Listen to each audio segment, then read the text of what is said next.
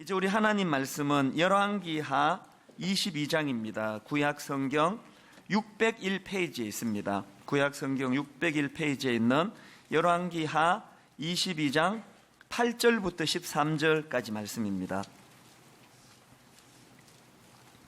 열왕기하 22장 8절부터 13절, 8절 제가 먼저 읽습니다. 대제사장 hil기야가 서기관 사반에게 이르되 내가 여호와의 성전에서 율법책을 발견하였노라 하고 hil기야가 그 책을 사반에게 주니 사반이 읽으니라. 서기관 사반이 왕에게 돌아가서 보고하여 이르되 왕의 신복들이 성전에서 찾아낸 돈을 쏟아 여호와의 성전을 맡은 감독자의 손에 맡겼나이다 하고, 또 서기관 사반이 왕에게 말하여 이르되 제사장 hil기야가 내게 책을 주더이다 하고 사반이 왕의 앞에서 읽으매 왕이 율법책의 말을 듣자 곧 그의 옷을 찢으니라. 왕이 제사장 hil기야와 사반의 아들 아히감과 미가야의 아들 악볼과 서기관 사반과 왕의 시종 아사야에게 명령하여 이르되 너희는 가서 나와 백성과 온 유다를 위하여 이 발견한 책의 말씀에 대하여 여호와께 물으라.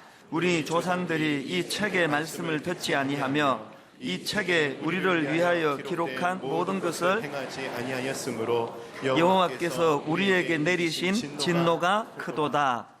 아멘. 올 연초부터 이 부흥에 대한 설교를 시리즈로 해왔습니다. 이제 오늘과 다음 주 이렇게 이제 두 번 더 하면은 이 부흥에 대한 시리즈 설교가 끝이 나고요. 이제 그 다음부터는 다시 이제 로마서 5장으로 돌아가서 로마서를 함께 살펴볼 계획을 갖고 있습니다. 제가 오늘 설교 제목을 이 부끄러움을 안다는 것, 이렇게 제목을 잡아보았는데요. 이 부끄러움을 안다는 것하고 부흥이 그 무슨 연관이 있는지 이제 이 말씀을 좀 이제 풀어나가 보려고 합니다. 최근에 그 윤동주 시인의 일대기를 그린 동주라는 제목의 영화가 이제 개봉이 됐는데요.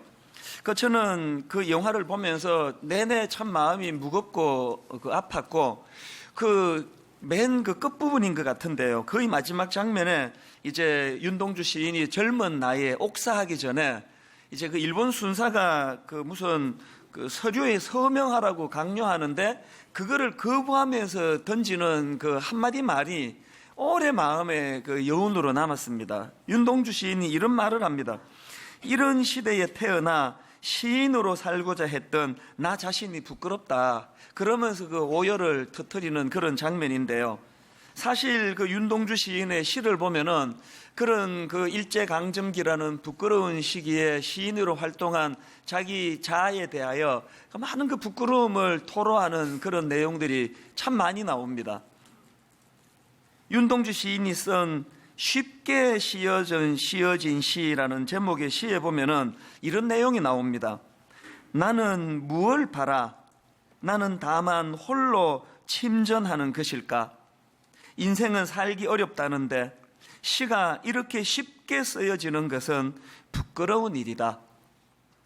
저는 또 이제 목회를 하고 또 사람들 앞에 이제 설교를 하고 하다가 보니까 이런 윤동주 시인이 느꼈다는 너무 세상을 쉽게 그냥 설교하고 이렇게 사는 것에 대한 부끄러움이 뭔지를 좀 알 것 같아서 윤동주 시인의 그 내면 세계가 좀 읽혀지는 것 같습니다.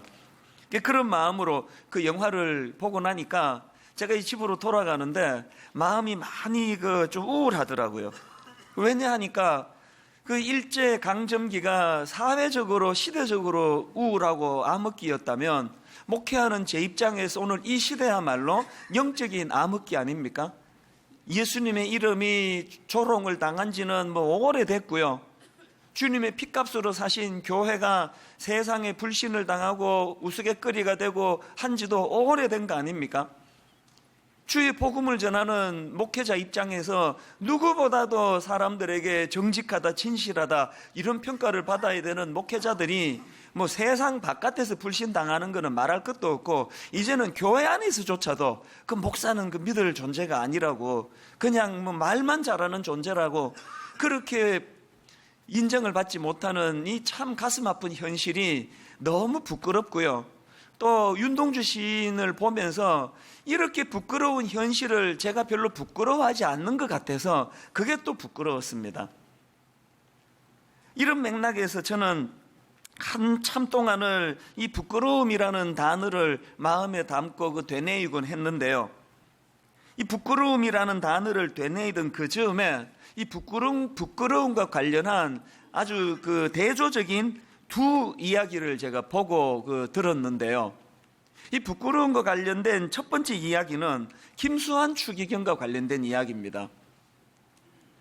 김수환 추기경이 1969년도에 우리나라 최초의 추기경으로 선출되지 않습니까?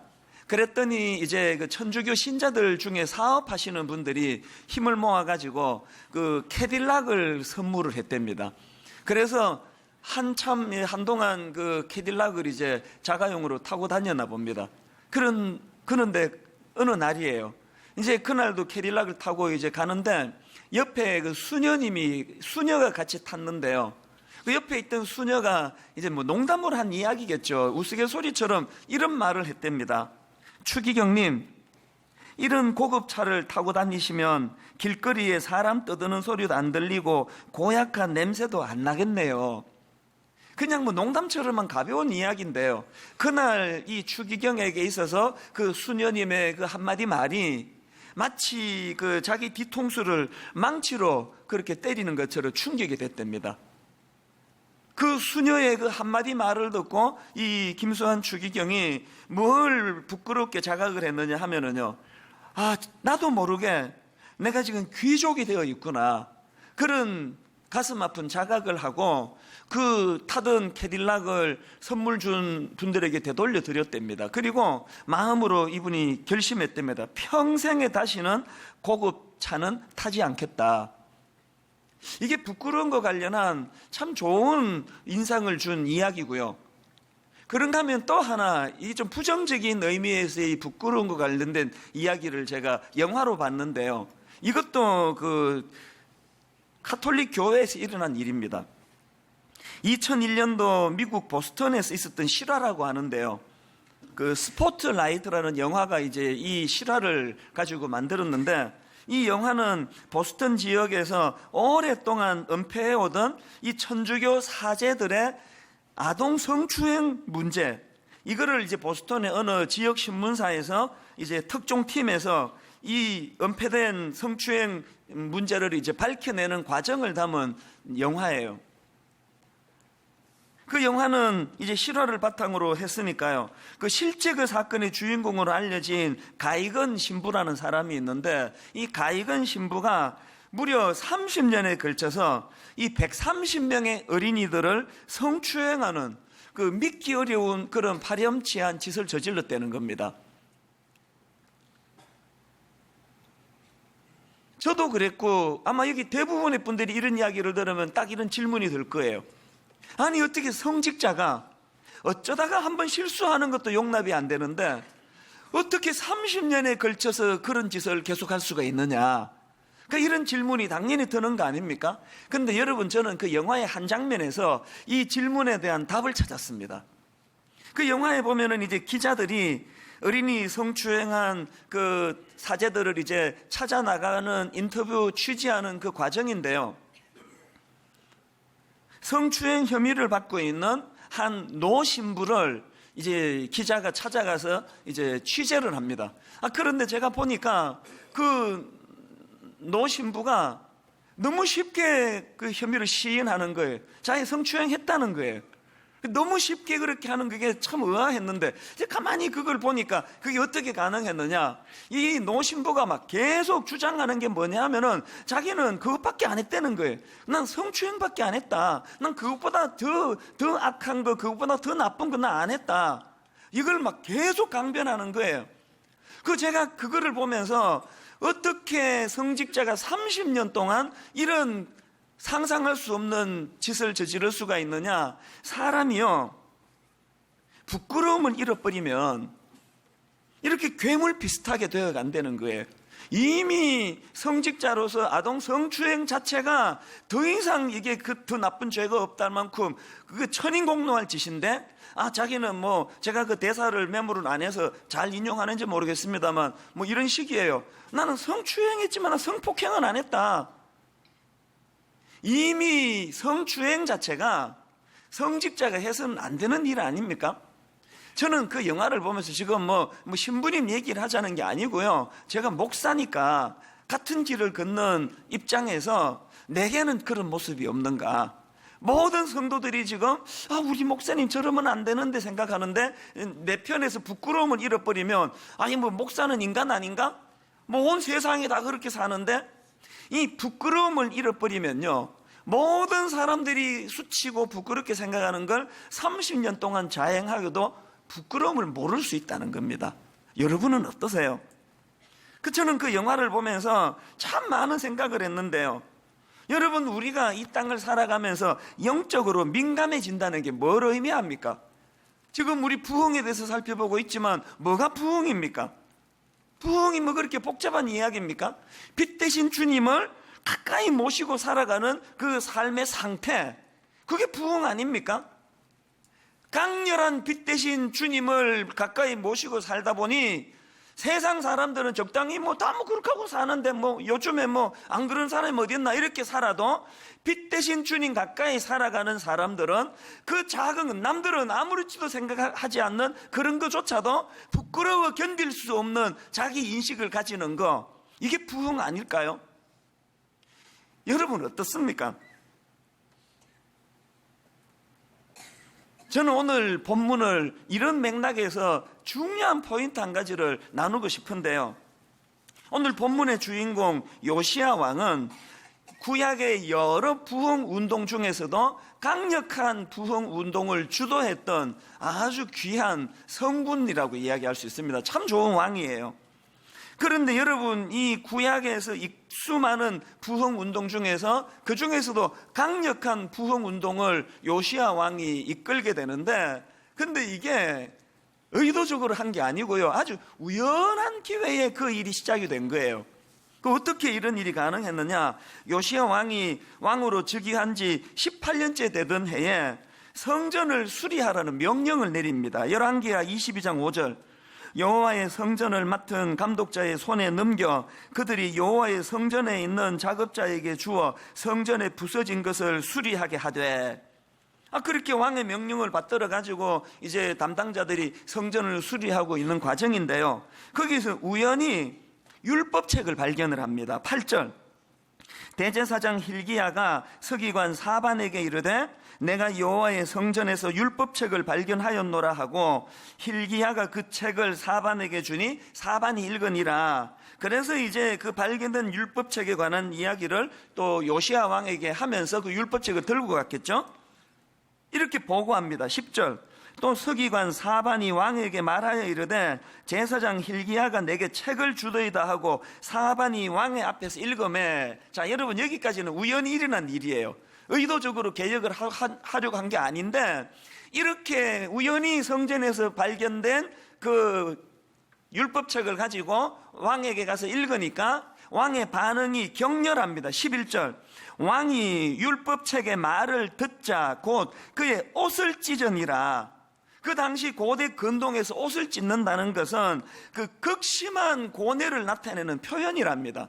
그리고 이걸 신앙적으로 말하자면은 그 옷을 찢는다는 것은 하나님 앞에서의 극심한 자기 아픔과 고뇌를 가지고 회개하는 그 마음의 표현을 옷을 찢는 것으로 그렇게 표현을 한다는 거예요. 여러분, 제가 이 요시야 왕이 주도한 부흥 운동에 대해서는 구체적인 거는 다음 주일날 좀 실제적으로 다루려고 하는데요, 오늘 한 가지 포인트를 나누고 싶은 게 뭐냐 하면은, 우리가 그냥 막 작심을 하고 막 부흥하자 막 이 악물고 하나님 앞에 그렇게 애를 쓰는 것도 귀한 일이지만, 우리 삶 속에서 어느 여준사님이 저보고 관행으로 하는 그런 부끄러운 일에 대해서 농담처럼 한마디 툭 던질 때 그 우연히 던져진 한마디를 여사로 듣지 않고 이걸 부끄러움으로 받을 수 있는 태도, 이 부흥의 이게 너무너무 중요한 모습이라는 거예요. 요시야 왕이 우연히 발견된 율법책을 갖고 누가 와가지고 읽어줄 때 조금 찔리지만 그렇게 하고 넘어갈 수도 있는데, 옷을 찢으면서 격렬하게 반응하며 그거로 끝나는 게 아닙니다. 다음 주에 살펴보겠지만 그것을 강력한 개혁운동으로 연결시키는 태도, 이게 우리에게 필요하다는 거예요. 이런 맥락에서 보면은 1907년도에 일어났던 평양 대부흥운동도요, 아주 우연한 기회에 일어나게 된 사건이라고 말할 수 있습니다. 이 평양 대부흥이 얼마나 강렬한 부흥운동이었습니까? 100년이 지난 지금까지도 우리가 갈망할 정도로 엄청난 사건인데요, 이게 우연히 일어났다는, 우연히. 어떻게 우연히 일어났느냐? 1907년이 시작이 되면서 평양에서 사역하던 선교사님들이 이제 새해도 되고 했으니까 이제 말씀 집회를 이제 가진 거예요. 말씀 집회를.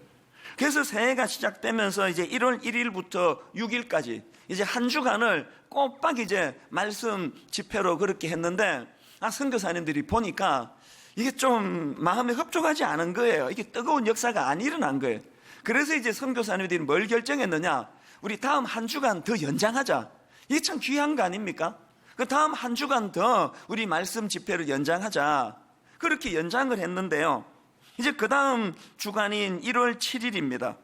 그날 낮 집회를 마치고요, 참석한 일부는 이제 돌아가고 이제 한 700여 명이 남아있는 상황인데, 정말 이제 놀라운 일이 일어나기 시작하는 거예요. 장대형 교회에서 말씀 사경회를 이제 진행하고 있는데, 그 교회의 장로님 중에 한 분인 길선주 장로님이 이제 순서에도 없고 예정에도 없었던 것 같아요. 그 장로님이 이렇게 나오시더니 깜짝 놀랄 부끄러운 고백을 하시는 거예요. 자기에게 그 친한 친구가 하나 있었는데 세상을 떠났다는 거예요.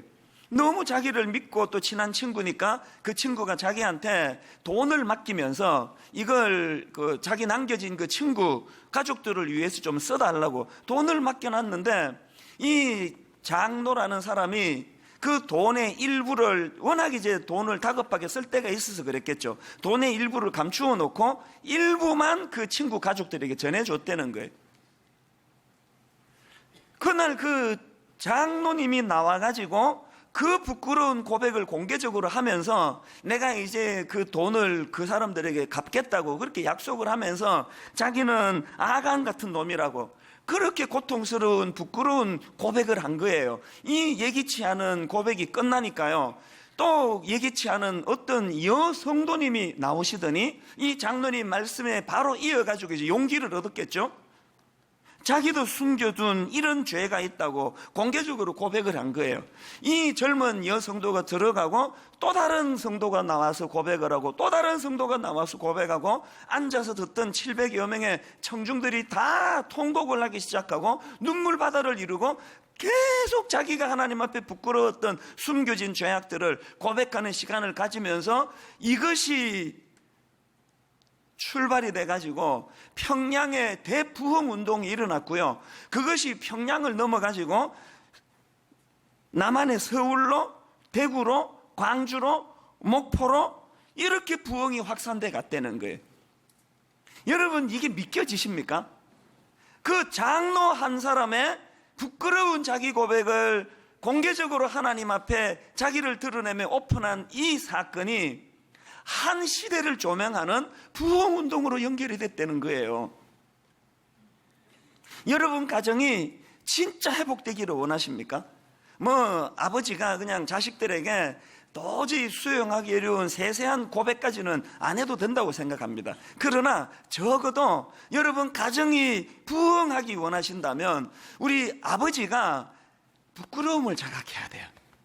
그 지나가면서 수녀가 한마디 던진 말에도 부끄러움을 느껴 다시는 내가 이 고급차 타지 않겠다라고 부끄러움을 느낄 수 있는 거기서부터 회복이 일어나는 것처럼, 여러분 그 늙은 신부처럼 살아서 되겠습니까?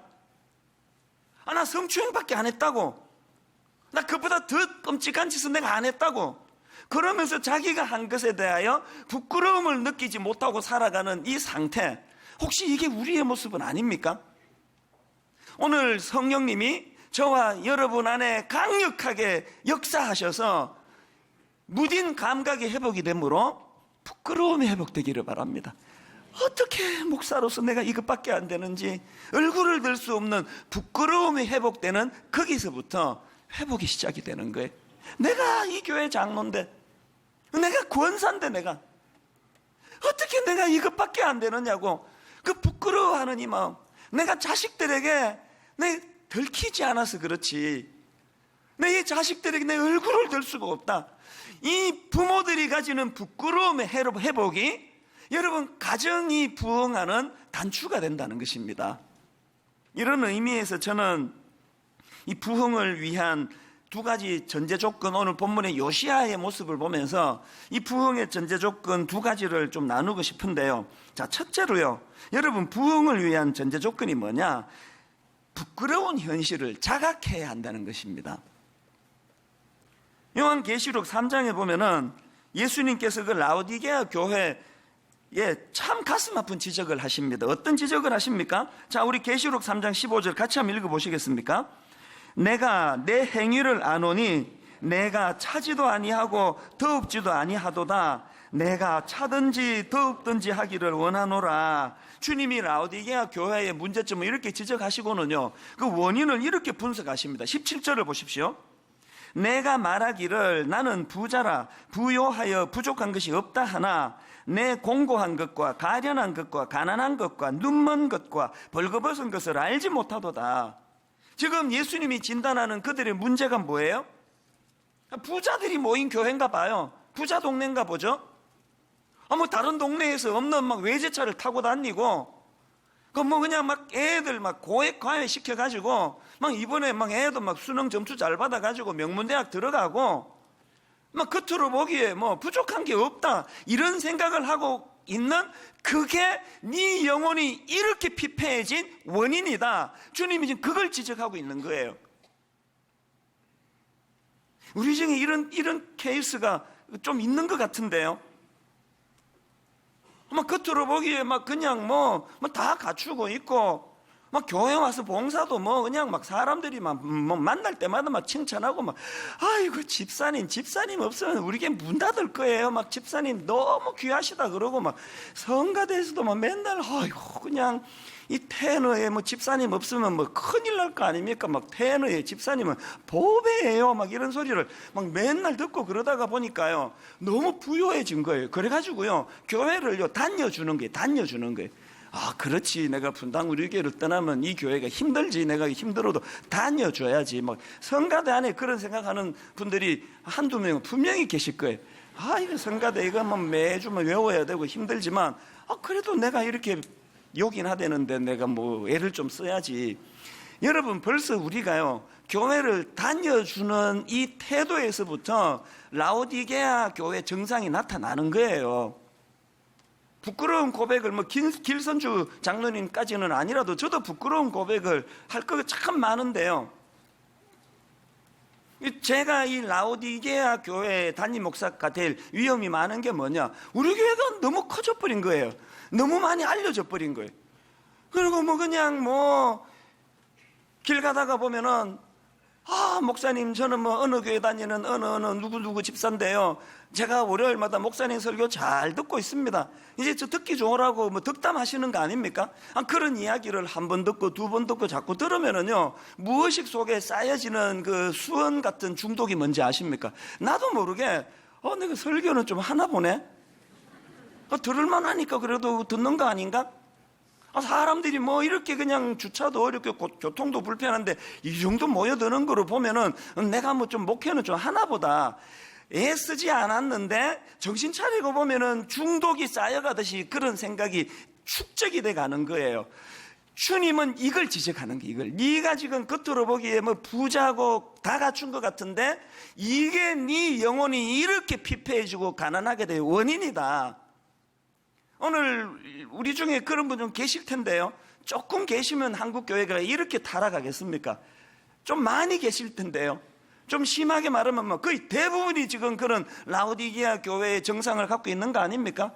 마음이 막 부요해가지고 나는 오늘 은혜 받지 않으면 죽는다. 나는 막 오늘 주님 그 여인처럼 막 주님께 내가 오늘 은혜를 구해야 되겠다. 이런 마음은 별로 없고 뭐 교회는 늘 가는 거고 뭐 나는 뭐 제법 갖춘 사람이고 하여튼 저것들이 문제야. 저 졸고 있는 저것들이 문제라고. 우리가 갖고 있는 이 부요한 마음, 이 부요한 마음, 이게 라오디게아 교회의 정세라는 거예요. 예수님이 그렇게 진단을 하시고요. 그 대안을 제시하는 게 뭐냐? 18절을 주님이 대안으로 제시하는데 18절을 보십시오. 내가 너를 권하노니 내게서 불로 연단한 금을 사서 부요하게 하고 흰 옷을 사서 입어 벌거벗은 수치를 보이지 않게 하고 안약을 사서 눈에 발라 어떻게 하라고요? 보게 하라. 뭘 의미하는지 아시겠습니까? 부끄러움을 자각하라는 말씀 아닙니까? 오늘 우리가 이 말씀 앞에서 참 뭘 부끄러워야 되느냐? 이 정도면은 목사로서 너무너무 부끄러운 자리에 빠졌는데도 불구하고 뭐 세상이 다 그런데 그러면서 하나도 부끄러워하지 않은 상태, 이게 가장 부끄러운 일이라는 거예요. 그리고 우리가 이 본문의 요시야 왕처럼 뭐 의도적으로 막 은혜 받겠다고 막 기도원 들어가서 막 한 40일 작전 기도하고 뭐 이렇게 하지 않더라도 하나님께서 우연히 만나는 누구를 통해서, 우연히 들었던 설교 하나를 통해서, 우연히 읽었던 성경 한 구절을 통해서 하나님은 지속적으로 우리가 벌거벗은 부끄러운 자라는 것을 인식하기 원하신다면 요시야처럼 어떻게 해야 됩니까? 저는 본문에 이 요시야가 참 귀한 거가 또 하나 있는데요. 지금 율법책을 발견한 요시야가 막 옷을 찢으면서 자기의 부끄러움과 수치를 표하는데요. 사실 이게 요시야 왕의 잘못이 아닙니다. 자, 13절을 한번 보십시오. 너희는 가서 나와 백성과 온 유다를 위하여 이 발견한 책의 말씀에 대하여 여호와께 물어라. 그 다음 보십시오. 우리 조상들이 이 책의 말씀을 듣지 아니하며 이 책에 우리를 위하여 기록된 모든 것을 행하지 아니하였으므로 여호와께서 우리에게 내리신 진노가 크도다. 요시야 왕의 인식이 뭡니까? 이 자기 조상들의 잘못이라는 인식 아닙니까? 실제로 요시야 왕 아버지 므낫세 왕은요, 아주 사악한 왕이었거든요. 그런데 지금 요시야가 상황 인식을 이렇게 하면서 우리 아버지 때문에 이렇게 됐다 그러지를 않고 자기 옷을 찢으면서 회개의 자리로 나가고 있는 거예요. 제가 앞에서 말씀드렸던 그 윤동주 시인이요, 얼마나 감수성이 예민했습니까? 하늘을 우러러 한 점 부끄러움이 있을까봐 그렇게 두려워할 만큼 여리고 예민한 시인이었는데요. 윤동주 시인을 겪어본 주변 사람들이 이구동성으로 하는 이야기들이 뭐냐? 제가 글에 보니까 이런 내용이 나오더라고요. 우리가 윤동주 시인에게서 배워야 할 성품 중 하나는 그는 남을 탓하고 욕하는 일을 하지 않았다는 거예요. 정병욱 교수라고 연희 전문 그 윤동주 시인의 후배가 있는데요. 뭐 이분도 연세가 많이 지금 돌아가신 걸로 제가 알고 있습니다. 이 정병욱 교수가 쓴 잊지 못할 윤동주의 일들이라는 그 글에 보면은 이런 내용이 나온다고 합니다. 그의 성격 중에서, 윤동주 시인을 말하는 거겠죠. 그의 성격 중에서 본받을 일이 물론 많았지만 그 중에서도 가장 본받을 장점의 하나는 결코 남을 헐뜯는 말을 입 밖에 내지 않았다는 것이다. 그리고 또 다른 글에서 이런 내용을 내가 발견했습니다. 누가 윤동주만큼 비통한 삶을 살았는가? 그럼에도 그에겐 원한 사무친 독한 말이 없다. 다만 언어를 대함에 있어 치열하게 사색하면서도 자기 자신을 부끄러워했을 뿐이다. 여러분, 이런 글들을 통해서 오늘 우리 모두가 다 지금 병들었구나라는 증상이 뭐예요? 입만 떼면 이제 한국 교회는 이게 문제야. 우리 교회는 이게 문제야. 목사들은 이게 문제야. 장로들은 이게 문제야. 한국 교회는 이래서 썩었어. 막 그런 이야기를 이제는 다 해. 누구나 다 해요. 밥 먹다고도 하고, 어디 가서 누구랑 차 마시자고도 하고, 이게 안 믿는 사람으로 치면 그냥 안주거리처럼 한국 교회는 썩었다고 막 자신있게 이야기하는 그 내면의 그 심리 상태가 뭐예요? 자기는 안 썩었다는 거 아닙니까? 그 자기도 썩었다고 생각하면 부끄러워서 숨기지 그렇게 까발키지 않습니다. 오늘 우리가 가진 문제가 뭡니까? 제가요, 길선주 장로님처럼 막 엄청난 고백은 제가 못하니까 작은 걸 내가 여러 번 오늘 할까 하는데요. 제가 갖고 있는 부끄러운 고백이 하나 더 있는데요. 저는 몇 년 전까지요, 대형교회가 이랬다는 등, 대형교회 목사가 저랬다는 등 그런 얘기를 들을 때마다 항상 내 마음을 어떻게 받은지 아십니까? 에이, 나는 저 케이스 아니야. 나는 성도들 그냥 모으려고 애쓴 적도 없고, 다 같은 대형교회 목사면 다 같은 목사인가? 난 저 사람하고 달라. 내가 그런 식으로 늘 생각해 왔는데요. 어느 날 제가 뼈아프게 자각한 게 뭔지 아십니까? 그 손가락질 받는 그 목사님보다 주님의 관점으로는 나 같은 부류의 사람들은 주님의 관점으로 더 악한 거예요. 이 교만이라는 거. 난 다르다고. 분당 우리 교회는 달라. 우리 교회는 그런 저질하고는 달라. 이게 하나님 보시기에 그 저질보다도 더 악한 거라는 게 더 악한 거.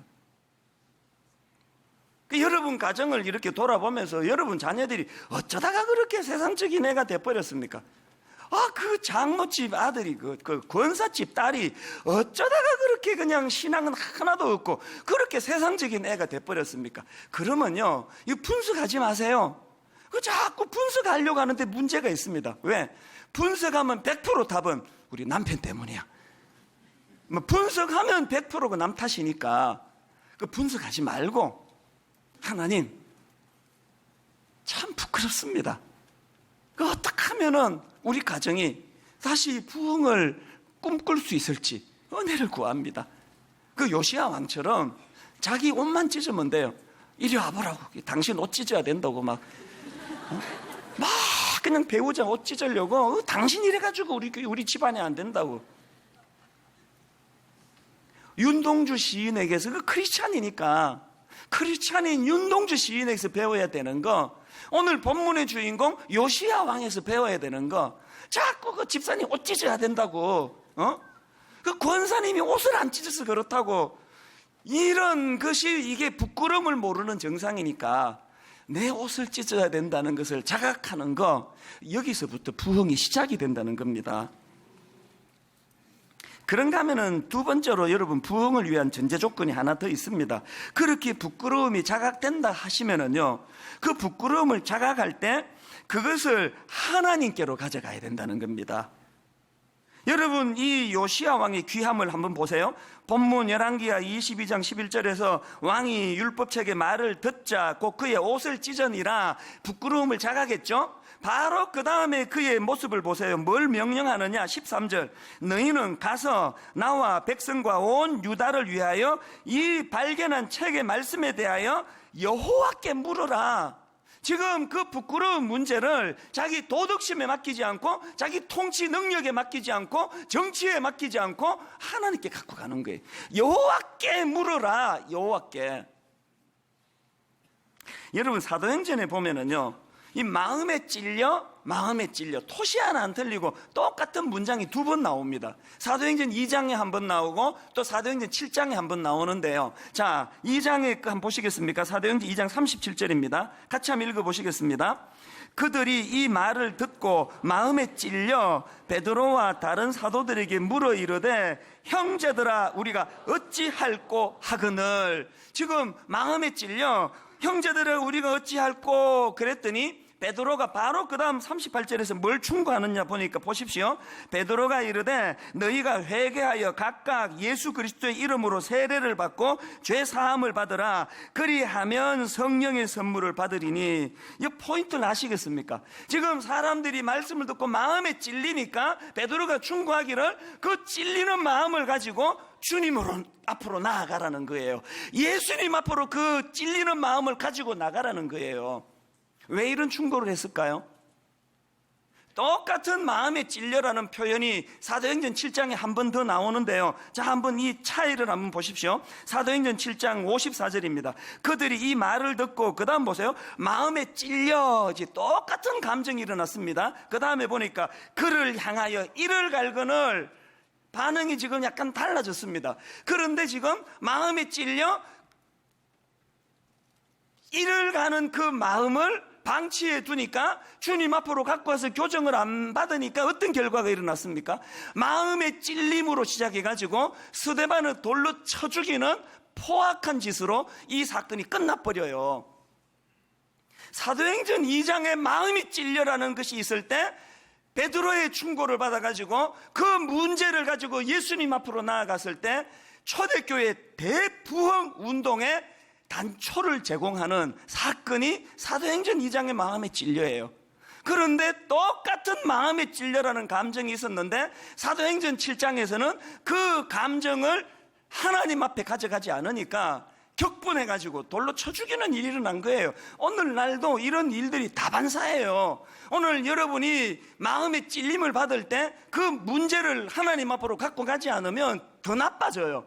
안으로는 열등감에 빠지고 피해의식에 빠지고 바깥으로는 누구를 향해 분노를 터뜨리고 울분을 터뜨리고 관계 다 깨지고 이런 일들이 한두 번이 있는 일입니까? 그러니까 마음에 찔려 내 양심이 흔들리는 게 최종적인 목적지가 되면 큰일 납니다. 내 마음에 찔려는 하나님 앞으로 나아가는 통로가 되는 거예요. 여러분 마음에 찔림이 있습니까? 부끄러움이 자각이 됩니까? 그 문제를 가지고 여러분 양심에 맡기지 말고 십자가 지신 예수 그리스도에게로 가져가시기를 바랍니다. 왜 그래야 된다고요?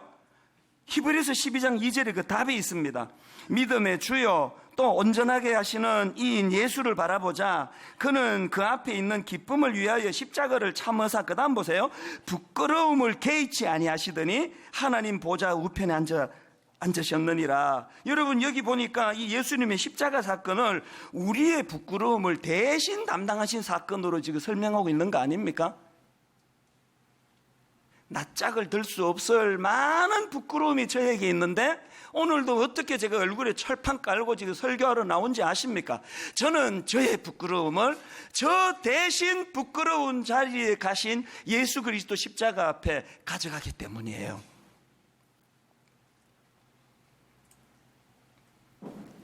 지난주 금요일인데요, 저녁에 그게 한 8시 좀 넘었던 걸로 제가 기억을 합니다. 평소에 그 거리를 저는 잘 안 가는데요, 거기는 이제 막 10대 청소년들도 막 많이 오고 또 청년들이 많이 오는 번화가예요.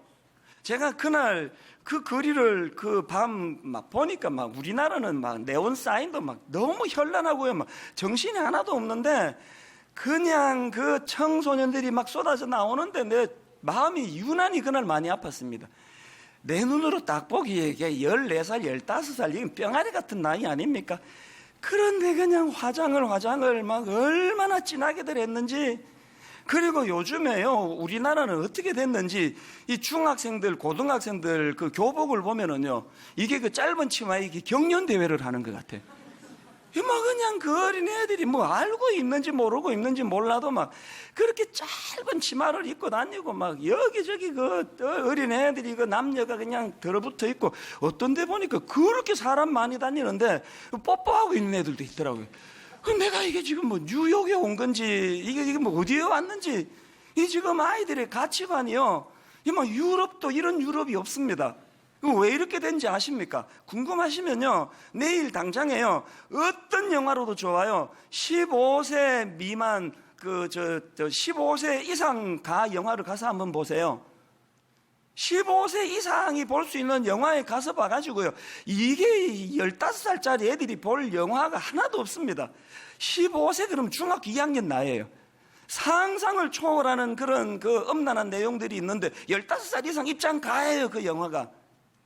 제가 금요일 저녁에 마음이 많이 무너지더라고요. 부끄럽더라고요, 내가 목사라는 것이.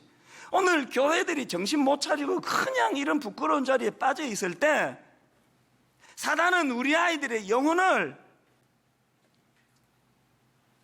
여기 우리 부모들이 뭘 부끄러워해야 되는지 아십니까? 용돈 못 줘서 부끄러운 게 아니고요, 오단 사줘서 부끄러운 게 아니에요. 이 아들이 나를 쏙 빼닮은 내 아들인데 왜 이 아들이 내 영향을 안 받고 이 엄난한 사이트 영향을 받느냐고. 왜 이 딸이 이 엄마 영향을 안 받고. 왜 이 썩어 빠진 이 말도 안 되는 이 세상에 영향을 받고 있느냐고요. 우리가 자식들 지금 밥 먹여주는 것 말고 무슨 영향을 미칩니까? 이 부끄러운 일 아닙니까? 목사가 무슨 먹고 성추행해야만 부끄러운 목사입니까? 도대체 이 세상에 아무런 영향력 행사하지 못하는 내 자신이 너무 부끄러운 거예요. 내 이럴 것 같으면 뭐하러 내가 미국에서 나왔냐고, 그냥 슈퍼마켓이나고 살지, 그냥. 이 부끄러운 거예요. 근데 여러분, 우리의 신앙은요, 항상 이렇게 부끄러움으로 시작하지만 부끄러움으로 끝나는 신앙이 아니에요. 금요일 날 내가 이렇게 부끄러움으로 시작했지만 이 부끄러움을 십자가 내 대신 부끄러움을 대신하신 주님 앞에, 복음 앞에 갖고 나갈 때 용기를 얻는 거예요. 아직 희망이 있다. 오늘도 너무너무 순결하고 순수한 너무 많은 우리 예수 믿는 아이들이 있는데 지금이라도 정신 차리자. 담임 목사, 저 정신 차리려고 은혜를 구할 거니까요, 여기 우리 아버지들 부끄러움을 회복하는, 우리 어머니들 부끄러움을 회복하는 여러분 되시기를 바랍니다. 너무너무 부끄러운 내 모습, 그래서 부끄러움을 대신 져주신 예수님의 십자가 앞으로 하나님, 내 가정을 맡기겠습니다. 내 자식들 맡기겠습니다. 요즘에 자꾸 이 찬양을 부르게 되는데요, 이번에도 설교 준비하면서 주여 우린 연약합니다. 우린 오늘을 힘겨워합니다. 여러분, 이 찬양의 앞부분의 그 부끄러움하고, 그래서 이 찬양의 뒷부분에 주님의 복음의 능력을 붙잡는 그 담대함하고를 한번 대조해서 이 찬양을 보시면 좋겠는데요, 여러분 이 찬양 같이 부르실 때 하나님 앞에 이 은혜를 구하면서 찬양하기 원합니다. 우리 이렇게 찬양하시겠습니다. 주여 우린 연약합니다.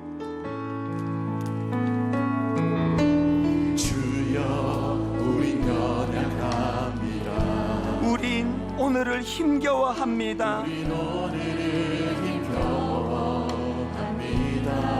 주 뜻 이루며 살기엔 부족합니다. 참 부끄러운 고백입니다만 우린 연약합니다.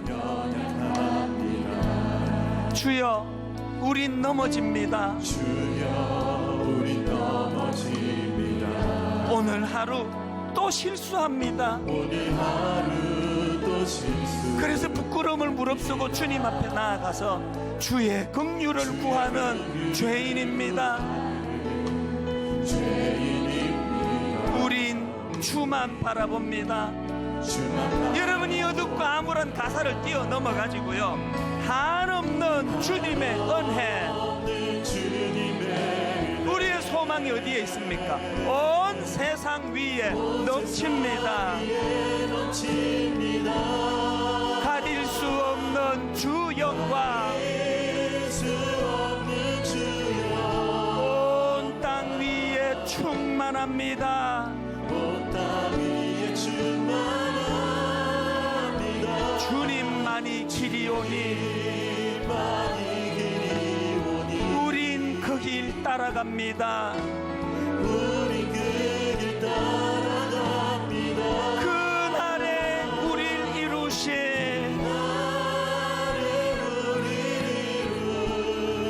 주는 완전합니다.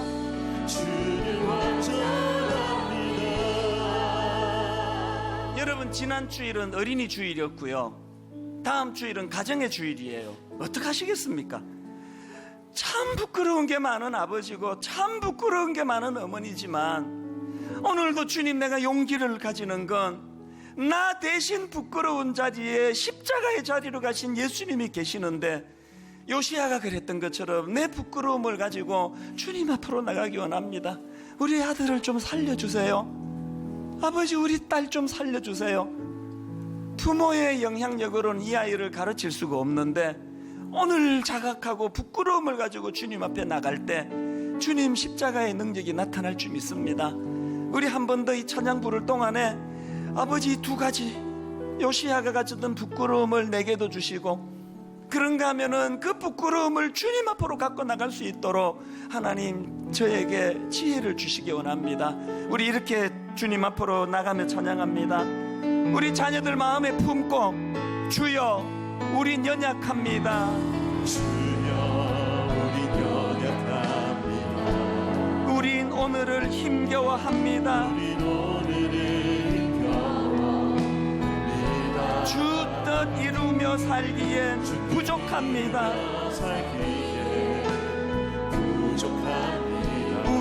우리 연약합니다. 여러분, 연약함을 가지고 주님 앞으로 한없는 주님의 은혜, 온 세상 위에 넘칩니다. 내가 약하면 약할수록 가릴 수 없는 주 영광, 온 땅 위에 충만합니다. 주님만이 길이오니 우린 그 길 따라갑니다. 그날에 우릴 이루신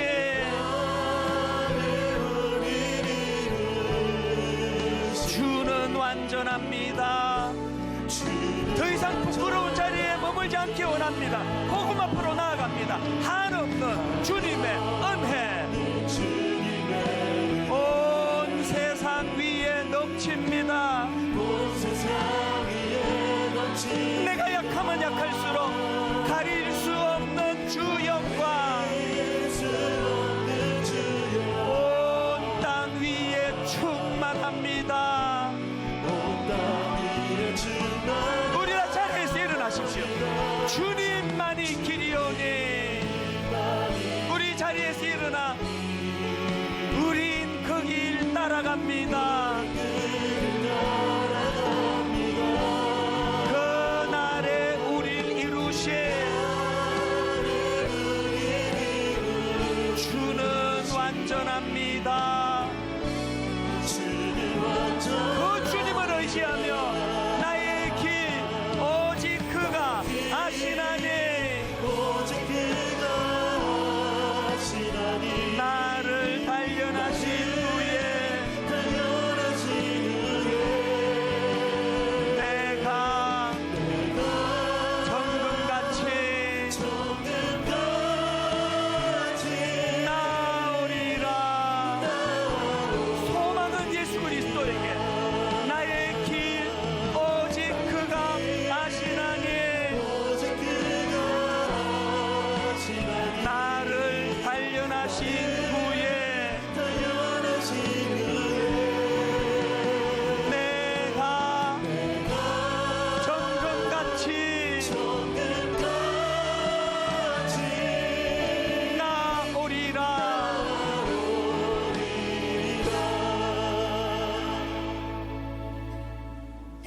믿음의 주여, 또 온전하게 하시는 이인 예수를 바라보자.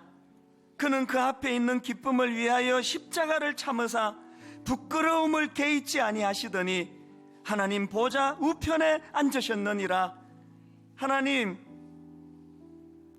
예수 그리스도의 십자가 사건을 우리의 부끄러움을 대신 담당하신 사건이라고, 그래서 우리의 어떤 부끄러움이라도 자각만 하기만 하면 그 부끄러움을 가지고 십자가 앞에 나아갈 수 있노라고 그렇게 복음을 알려주시니 감사합니다. 하나님, 무능하기 짝이 없는 우리 부모들의 연약함을 철저하게 부끄러워합니다. 목회자로서, 담임 목사로서 부끄럽기 짝이 없는 제 모습을 주님 불쌍히 여겨주시기를 원합니다. 우리의 부끄러운 모습을 자각하고 또 자각할 뿐만 아니라 우리의 부끄러움을 주님 앞으로 가져가기를 원하오니 은혜 내려주시기를 원합니다. 하나님, 우리를 살려주시옵소서. 하나님, 우리 가정을 살려주시옵소서. 하나님, 우리 아들 우리 딸 살려주시옵소서. 하나님, 분당 우리 교회를 살려주시옵소서. 하나님, 한국교회를 살려주시옵소서. 하나님, 이 시대와 민족을 살려주시옵소서. 부끄러움을 자각하고 주님 앞으로 나아가는 결단이 일어날 때 요시야 왕과 같은 부흥운동이 일어날 줄 믿사오니 우리 가정 안에, 우리 교회 안에 이 은혜를 허락하여 주시옵소서. 우리 주 예수 그리스도의 은혜와 하나님 아버지의 다함없는 사랑과 성령님의 감동, 감화, 위로, 교통 충만하심의 역사가 내 모습이 너무 부끄러워 주님 앞에 탄식하며 고백하며 불쌍히 여겨달라고 기도하는 성도님들을 만나주시고 찾아주시며 대신 부끄러움 십자가로 가신 주님, 우리를 보듬어 안아 주실 것을 믿으며 확신하며 그 주님 앞으로 나아가기로 다짐하며 예배하는 모든 주의 자녀들 머리 위에 지금부터 영원토록 함께 하시기를 간절히 축원하옵나이다. 아멘.